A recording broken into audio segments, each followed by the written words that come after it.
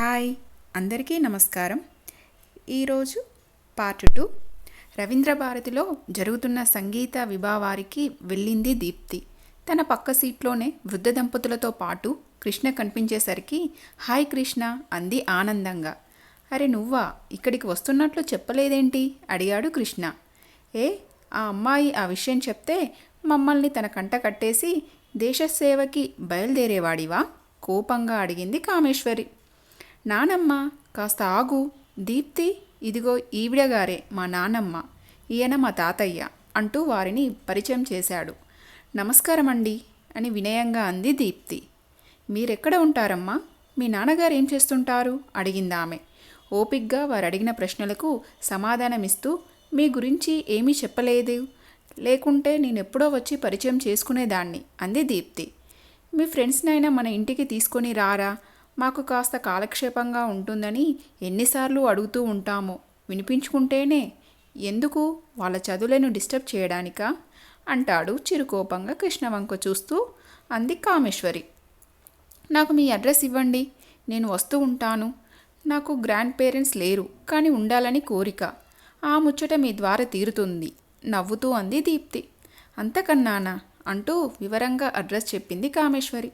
మధ్య మధ్యలో భర్త పరమేశ్వర్ ల్యాండ్ మార్క్స్ అందిస్తుంటే, అరే మా ఇంటికి దగ్గరే లేండి, తరచుగా వస్తుంటా అంది దీప్తి. నిజంగా మాకోసమేనా అనుమానంగా అడిగింది కామేశ్వరి. ఇదిగో లేనిపోనివి ఊహించుకుంటారని ఎవరిని పిలవను కంగారుగా కృష్ణ అంటుంటే దీప్తికి నవ్వొచ్చింది. పిచ్చిదాన, మనవాడి సంగతి తెలిసి ఏం మాటలు, ఒకవేళ ఆ అమ్మాయే ఇష్టపడుతుందో ఏంటో, ఆ అమ్మాయిని వాడు ఇష్టపడేలా రాకపోకలు సాగిస్తే మంచిదేగా అన్నాడు పరమేశ్వరరావు కామేశ్వరి చెవుల్లో గుసగుసగా. ఏంటి బామ్మ, తాతయ్య ఏదో అంటున్నారు ఆసక్తిగా అడిగింది దీప్తి. చూసావా, వరుస కూడా కలిపేసింది మళ్ళీ గుసగుస అన్నాడు అతను. ఆ మాటలకు కామేశ్వరి ముఖం వికసించింది. ఏమీ లేదు, ఇప్పుడే వస్తుందేమో కనుక్కో అంటున్నారు అంది కామేశ్వరి. ఓ ఎస్, నేను రెడీ అంది దీప్తి. కృష్ణ తలపట్టుకునేసరికి నవ్వేశారంతా. రోజుల్లో చకచకా గడుస్తున్నాయి. అమ్మ, అయ్యగారు కొటేషన్ ఫైల్ తీసుకొని రమ్మన్నారు అంటూ చెప్పాడు అటెండర్ నర్సయ్య. అలాగే అంటూ ఆ ఫైల్ తీసుకొని బాస్ క్యాబిన్లోకి వెళ్ళింది మనోజ్ఞ. లేత నీలిరంగు షర్టులో రోజుకన్నా మరింత అందంగా కనిపిస్తున్న కృష్ణ మనోహర్ని చూస్తూ నలుపులో అందం లేదని ఎవరన్నారు, కానీ వట్టి పిచ్చివాళ్లే వాళ్ళు అనుకుంటూ అతని మీద నుంచి బలవంతంగా తన చూపులు మలుచుకుంది. అతడు టకటక అన్నీ చెప్తుంటే జాగ్రత్తగా నోట్ చేసుకోసాగింది. 2 గంటల్లో ఈ పని అంతా జరిగిపోవాలి. ఓకే అన్నాడు ల్యాప్టాప్లో ఏదో గమనిస్తూనే. అలాగే సార్, ట్రై చేస్తాను అంది మనోజ్ఞ. నౌ యూ కెన్ గో అన్నాడతను తలెత్తకుండానే. వెళ్ళక ఇక్కడే ఉండిపోతానా అనుకుంటూ తన సీట్లోకి వచ్చేసింది మనోజ్ఞ. గంటన్నరలోనే చకచకా పని ముగించి ఆ ఫైల్ అతని ముందు ఉంచింది.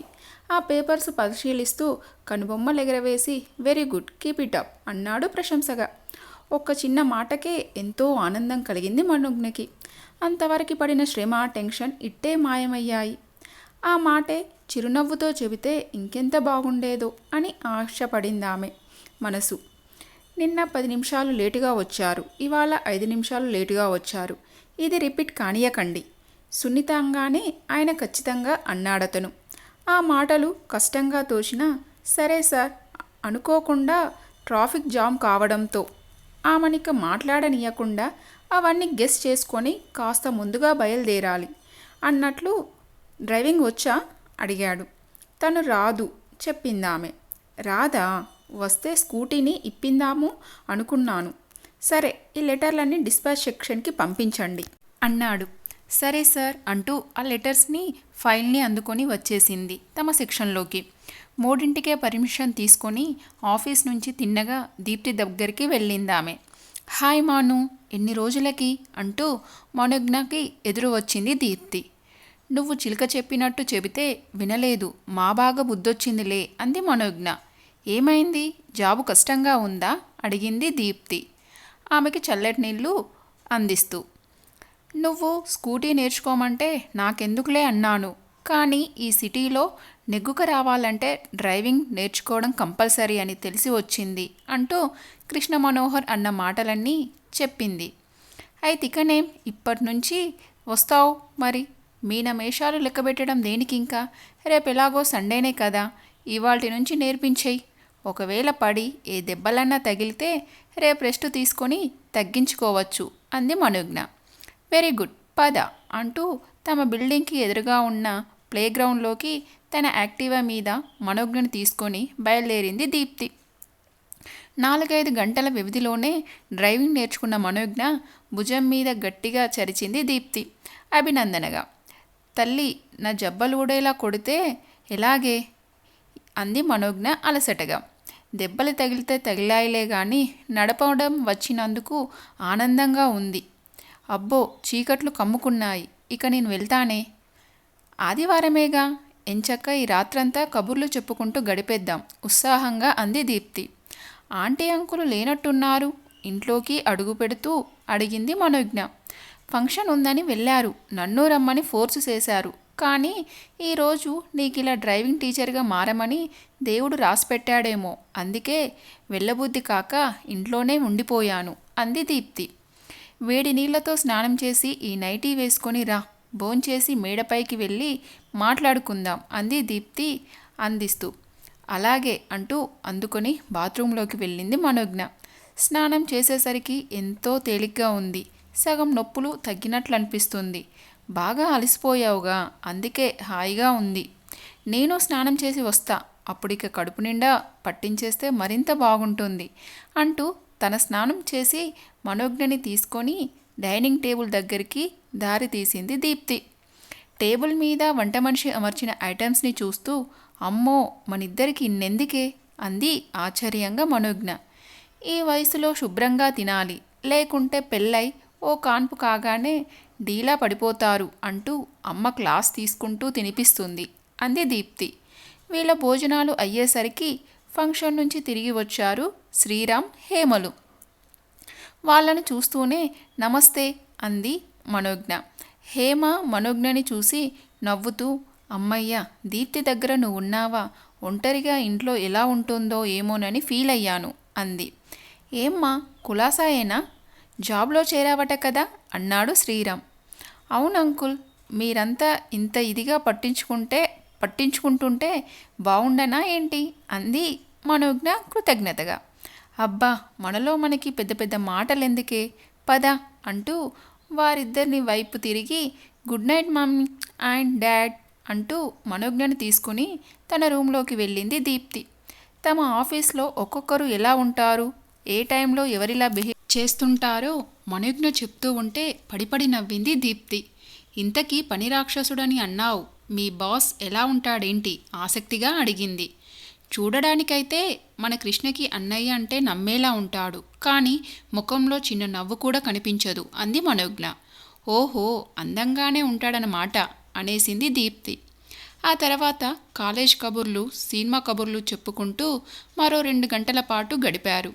ఇక పడుకుందామే, 2 అవుతుంది అని అంది దీప్తి. కానీ అప్పటికే నిద్రలోకి జారుకుంది మనోజ్ఞ. చూస్తుండగానే నెల ఇట్టే గడిచింది. ఆ రోజు ఆదివారం. బద్ధకంగా నిద్రలేచింది దీప్తి. ఈ హాలిడేస్ వల్ల ఏం తోచి చావట్లేదు, ఇవాళ ఏం చేద్దాం అనుకోగానే కృష్ణ వాళ్ళ నానమ్మ తాతయ్యలు గుర్తొచ్చారు.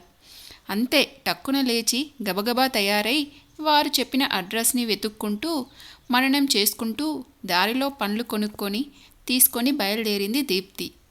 తలుపు తీసిన కామేశ్వరి దీప్తిని చూడగానే ఆనందంతో కళ్ళు విప్పాచి చూసింది.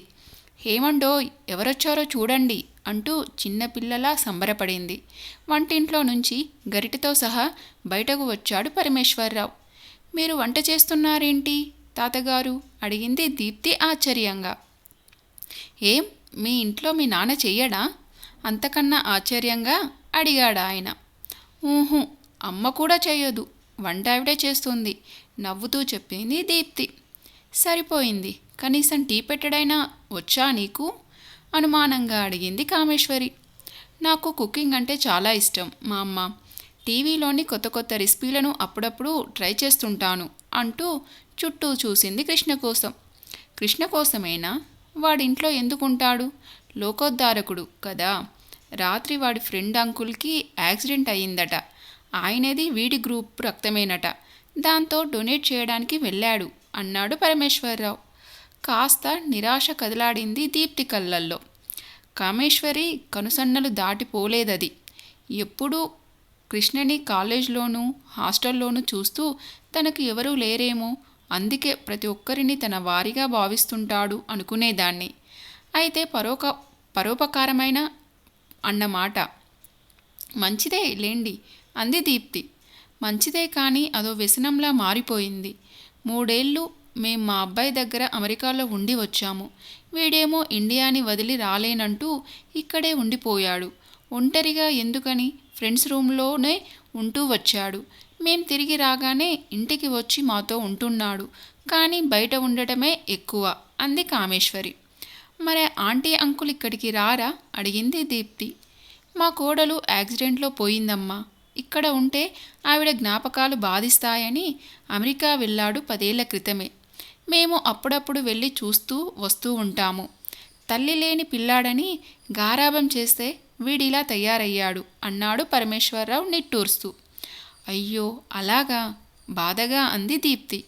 అందుకే కదా అమ్మా ఇంటి పని వంట పని చేసుకోలేకపోతున్నాను. పెళ్లి చేసుకోరా, నాకు ఈ బాధ తప్పుతుందంటే వినిపించుకుంటేనా? పని మనిషి వంట మనిషి పెట్టుకుంటే ప్రాబ్లం సాల్వ్ అవుతుంది కదా అంటాడు. నాకేమో అది ఇష్టం లేదు అంది కామేశ్వరి. అప్పుడే పెళ్ళి ఎందుకులే అమ్మమ్మ, జీవితంలో సెటిల్ అవ్వాలిగా అంది దీప్తి. నిజమే, వీడికో ఉద్యోగం వచ్చినా బాగుండు, ఈ గాలి తిరుగులు తగ్గుతాయి అంది కామేశ్వరి. చూసావా అమ్మ, ఇది వరుస. ఈవిడేమో గాలి తిరుగుళ్ళు అంటుంది, వాడేమో ఎవరి స్వార్థం వాళ్ళు చూసుకుంటే ఎలా అంటాడు. ఇద్దరి మాటలు కరెక్టే, ఎవరి తరపున మాట్లాడాలో తెలియక నేను బాధపడుతుంటాను అన్నాడు పరమేశ్వరరావు. దీప్తికి ఏం మాట్లాడాలో తోచలేదు. టాపిక్ డైవర్ట్ చేయడానికి ఇంతకీ మీరేదో వంట చేస్తున్నారు కదా అంది. బిస్మిల్లాబాద్ చేశాను, అందరం కలిసి తిందాం అన్నాడు అతను. కామేశ్వరి వంటగదిలోకి వెళ్ళింది. వెళ్ళొచ్చో లేదో అనుకుంటూ దీప్తి పేపర్ తిరిగేస్తూ సోఫాలో కూర్చుంది. నువ్వు వెళ్ళి మీ అమ్మమ్మకి సాయం చేయొచ్చుగా. ఎంత సంపద ఉన్నా ఆడపిల్లలకి ముద్దు కానీ సంపద కాదు. నన్ను అడిగితే అబ్బాయికైనా అమ్మాయికైనా అన్ని పనులు వచ్చి ఉండాల్సిందే అన్నాడు పరమేశ్వరరావు.